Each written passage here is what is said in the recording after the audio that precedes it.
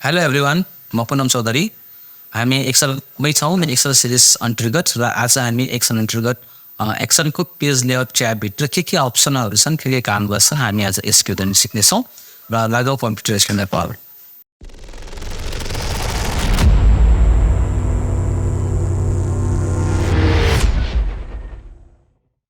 okay पहिला म एक्सललाई open गरिहाल्छु मसँग 2007 भर्जनको यहाँनिर यसको छ र आज हामी सिधै पेज लेआउट ट्याब र यसभित्रका अप्सनहरू के छन् त भन्ने कुरो छ र सुरुमा चाहिँ हामीलाई थिम्स बनाउँ page layout page setup screen to fit set and options and arrange भनेर केही यहाँनिर ब्लकहरू राखिदिएको छ र यहाँनिर थिम्स ब्लक दिएको छ यो थिम्स हामी माइक्रोसफ्ट वर्डमै सिकिसकेको छौँ सेम अप्सन यसमा पनि हो यदि सिकेको छैन भने माथि आई बटन आउँछ त्यहाँ क्लिक गरेर सिक्न सक्नुहुनेछ त्यसै गरी हेरेर मार्जिन र ओरिएन्टेसन प्लस साइज पनि सेम हामी माइक्रोसफ्ट वर्डमै सिकेको छौँ सेम त्यही भिडियोबाट हेर्न सक्नुहुनेछ यसको बारेमा जानकारी दिन सक्नुहुनेछ यदि हेर्नुभएको छैन भने यसमा पनि सेम त्यही हुन्छ यसको मार्जिन कति राख्ने ओरिएन्टेसन के राख्ने अनि साइज कुन राख्ने भन्ने कुरो चाहिँ हामी यहाँबाट सेट गर्न सक्छौँ एक्सलमा त्यसपछि यहाँनिर अर्को अप्सन छ हामीसँग प्रिन्ट एरिया भन्नाले हामी यदि यहाँनिर डकुमेन्ट क्रिएट गऱ्यौँ र डकुमेन्ट क्रिएट गरिसकेपछि अब डकुमेन्ट धेरै छ तर हामीलाई यो सबै प्रिन्ट गर्नुपर्ने छैन मानव यति मात्रै प्रिन्ट गर्नुपर्ने छ यो पुरै डकुमेन्ट मानव यति यो एरियामा चाहिँ डकुमेन्ट छ यसरी यहाँसम्म डकुमेन्ट बनाइएको छ तर यो सबै प्रिन्ट गर्नु छैन मलाई यति मात्रै प्रिन्ट गर्नुपर्ने छ भने म पेज लेआउटमा गएर प्रिन्ट एरिया अन्तर्गत सेट प्रिन्ट एरियामा क्लिक गरिदिन सक्छु र प्रिन्ट गर्दाखेरि चाहिँ यति एरियाको मात्रै डेटा प्रिन्ट भएर आउँछ यताको डेटा प्रिन्ट हुँदैन यसको लागि चाहिँ हामी यो प्रिन्ट एरिया भन्ने अप्सन युज गर्छौँ र यदि यो एरिया अब फेरि पछि हटाउन पऱ्यो भने सिलेक्ट गरेर हामी यसलाई यहाँबाट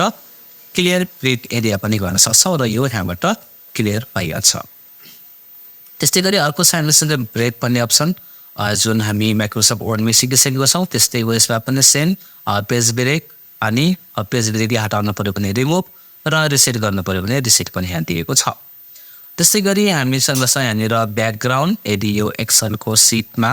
हामी ब्याकग्राउन्ड राख्नु पऱ्यो ब्याकग्राउन्ड लगाउनु पऱ्यो भने सिम्पली ब्याकग्राउन्डमा क्लिक गरेर यहाँबाट के ब्याकग्राउन्ड लगाउने हो त्यो इमेज सेलेक्ट गर्न सक्छौँ र त्यो ब्याकग्राउन्ड हामी सेट गर्न सक्छौँ एज अ ब्याकग्राउन्ड ओके यसरी ओके यो ब्याकग्राउन्ड आएको छ एकदमै ठुलो साइज इमेज छ त्यही भएर यो पुरै देखिरहेको छ नि यति मात्रै देखिरहेको छ म यसलाई रिमुभ गर्छु र फेरि अर्को राख्छु है ओके यहाँनिरबाट म एक्जाम्पलमा यो ब्यानर लिएर यो पनि बहुत ठुलो साइज छ फेरि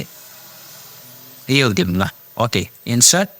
र यो यहाँनिर आइरहेको छ यो हाम्रो ब्याकग्राउन्ड एज अ ब्याकग्राउन्ड यसरी देखिरहेको छ र हटाउनु पऱ्यो भने सिम्पली यो डिलिट ब्याकग्राउन्डमा क्लिक गर्नुहुन्छ यो हटिहाल्छ यो ब्याकग्राउन्डमा आइसकेपछि अब हामीले यसमा काम गर्नु पऱ्यो भने सिम्पली यो ब्याकग्राउन्ड मात्रै हो र यसमा हामीले जे टाइप गर्नुपर्छ सिम्पली हामीले त्यो काम नर्मल्ली गर्न सक्छौँ र चाहिएन भने यस्तै रिमुभ पनि गर्न सक्छौँ र हाम्रो डेटा यहाँनिर यो रहिरहेको छ ओके यो ब्याकग्राउन्ड गयो त्यसपछि अर्को साथै प्रिन्ट टाइटल्स भन्नाले के बुझ्छौँ भनेपछि हामी डकुमेन्ट छ र डकुमेन्ट अन्तर्गत मानौ यो एकपल्ट म चेन्ज गर्दैछु यहाँबाट पेज लेआउट भ्यू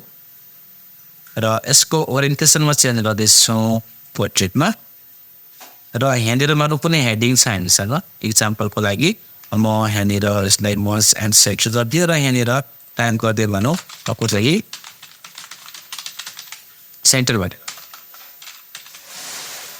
यो टाइप गरिदिएँ र यो भइसकेपछि अब यो जुन हेडिङ छ यो हेडिङ हामीलाई यो त मैले यता मात्रै पेजमा प्रिन्ट गरेको छु तर के अरे टाइप गरेको छु तर यो हेडिङ मलाई यो पेजमा सब पेजमा अटोमेटिक रिपिट होस् त्यस्तो चाहियो भने चाहिँ हामी सिम्पली यसलाई रिपिट गर्न सक्छौँ त्यसको लागि चाहिँ हामी यो पेज लेआउटमा गएर प्रिन्ट टाइटल्समा गएर अनि कुन रोलाई हामी प्रिन्ट रिपिट गराउने हो त्यो रो चाहिँ यहाँ प्रिन्ट टाइटल्स अन्तर्गत यहाँनिर टप रोलाई हामी म सेलेक्ट गर्दैछु यसरी र यहाँबाट यस्तरी सिलेक्ट गर्नुपर्ने हुन्छ अनि सेलेक्ट गर्छौँ र ओके गर्छौँ र यो अब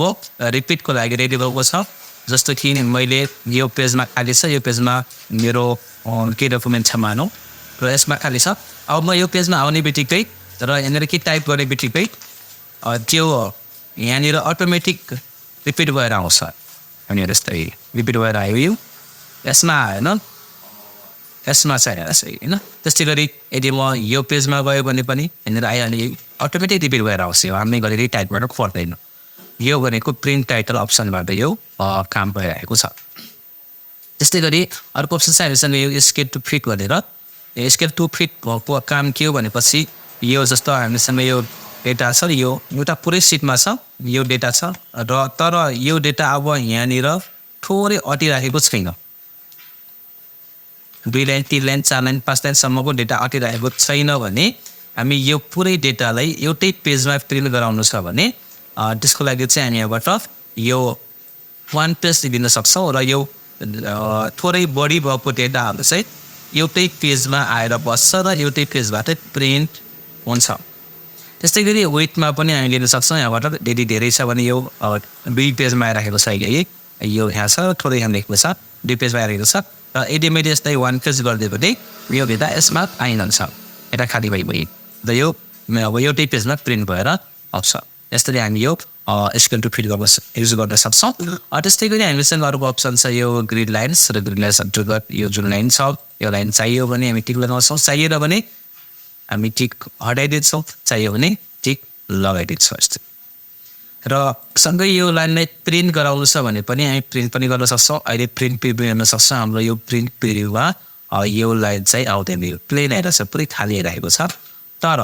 यदि हामीले यो टिक लगाइदियो भने प्रिन्ट गर्दाखेरि यो ग्रिड लाइन्स पनि प्रिन्ट भएर आउन थाल्छ यसरी यो लाइन पनि यहाँनिर यसरी प्रिन्ट भएर आउँछ त्यसको लागि यो अप्सन त्यस्तै गरी हेडिङ्स भनेको छ हेडिङ्स भन्नाले यो जुन एबिसिडी लेखेको छ यो हेडिङ हो यसलाई हामी टिक लगाएपछि यो हाइड भइहाल्छ टिक हटाएपछि टिक लगाएपछि चाहिँ यो सो हुन्छ र यसलाई पनि प्रिन्ट गर्नु छ भने अहिले यो हेडिङ प्रिन्टमा आइरहेको छैन हामी हेर्न सक्छौँ यहाँनिर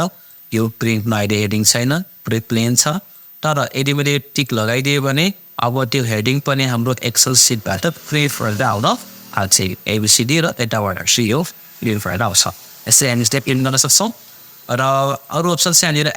एरेन्ज पनि हामी माइक्रोसफ्ट वर्ड सिक्दै गर्दाखेरि फर्मेट अप्सनबाट सिकिसकेको छौँ र त्यो अप्सन हामी युज गर्न आउँदैन भने माथि आई बटन आउँछ ट्याक्किँदै गएर हामी त्यो भिडियो हेरेर यो एरेन्ज कसरी युज गरिन्छ हामी हेर्न सक्छौँ सबै अप्सन म डिटेलमा सम्झाइदिएको छु ओके र यति छ यो पेज लेआउटभित्रका अप्सनका कुराहरू यति हामी युज गर्न चाहने कसरी युज हुन्छ okay keep watching keep practice thank you